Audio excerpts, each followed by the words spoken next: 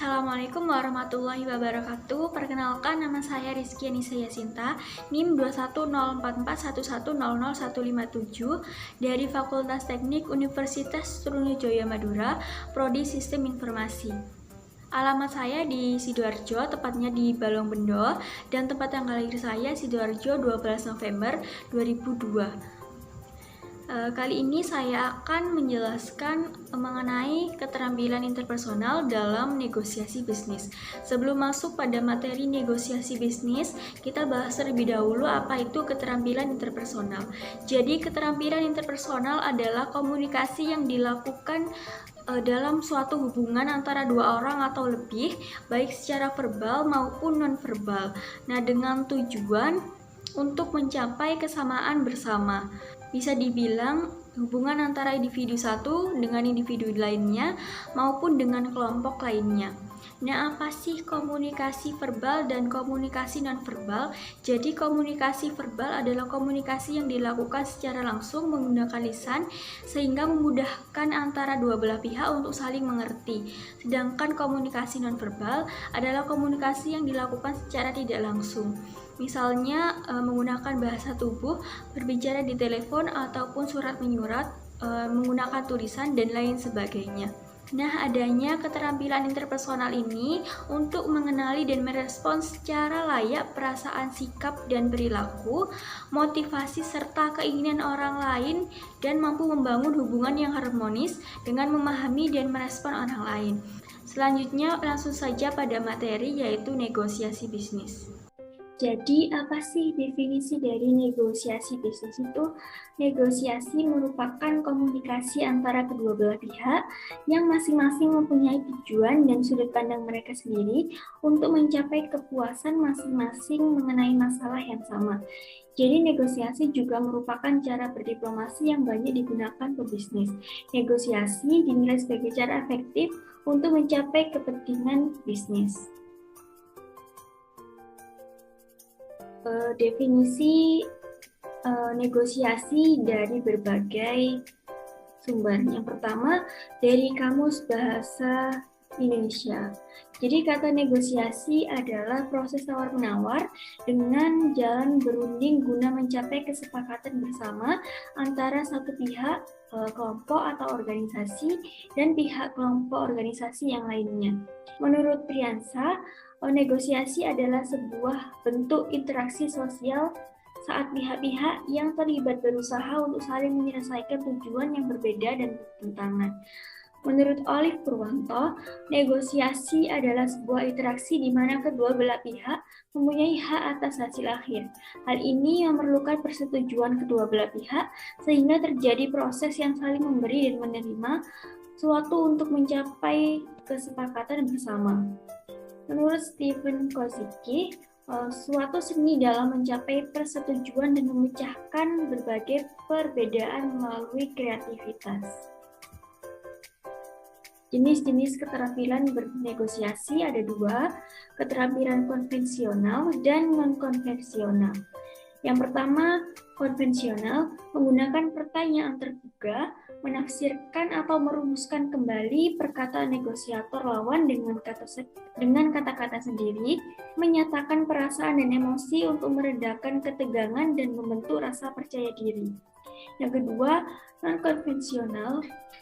Yang pertama, menunjukkan salah pengertian tentang maksud pihak lawan dengan merumuskan ulang pertanyaan dan kesimpulan yang salah, membesar-besarkan apa yang dikatakan oleh negosiator lawan, menggunakan kata-kata yang overstatement seperti selalu, tidak pernah, tidak mungkin, dan lain sebagainya, membuat gerakan yang tak terduga, misalnya beralih ke hal yang lain tanpa diduga, dan menghujani pihak lawan dengan banyak pertanyaan atau bias dua, terlalu banyak informasi yang menimbulkan kebingungan.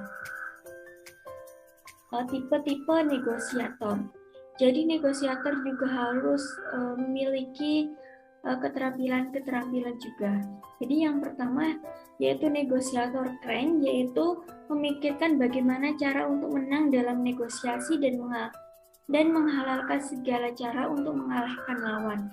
Yang kedua, negosiator profesional, yaitu orang yang melakukan negosiasi yang mengetahui pokok permasalahan yang akan dinegosiasikan dan juga tahu bagaimana memperoleh apa yang diinginkan, memiliki pengetahuan dan keterampilan yang baik, dan mengetahui banyak tentang profil lawan negosiasi. Yang ketiga, negosiator bodoh, yaitu negosiator yang cenderung menghendaki kekalahan untuk kedua belah pihak. Yang penting baginya adalah tidak ada yang menang di antara keduanya. Yang keempat, negosiator naif. Orang yang melakukan negosiasi namun tidak siap, tidak tahu pokok persoalan, cenderung percaya begitu saja terhadap lawan, dan kalau perlu bersedia memberikan apa saja yang diminta lawan negosiator. Proses negosiasi. Yang pertama, tahap persiapan dan juga pelaksanaan negosiasi. Untuk tahap pelaksanaannya, memahami persoalan, masalah atau konflik. Jadi sebelum terjun ke area negosiasi, harus memahami terlebih dahulu masalah apa yang akan dinegosiasikan dan persoalan intinya. Yang kedua, menentukan target atau sasaran. Target atau sasaran yang kita inginkan, baik target atau sasaran minimal maupun target sasaran maksimal. Yang ketiga, menganalisis situasi dan kondisi yang akan terjadi. Dan yang keempat, susun dan tentukan strategis negosiasi. Untuk tahap pelaksanaan negosiasi, yang pertama, tetap fokus pada target, sasaran, dan tujuan yang telah direncanakan. Yang kedua, menerapkan strategi yang telah ditetapkan.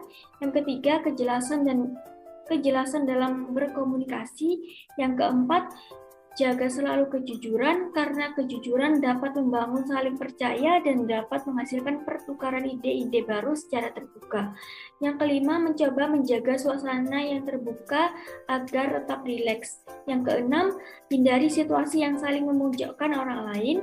Yang terakhir, negosiasi dengan tetap memelihara suasana keakraban dan hubungan yang baik.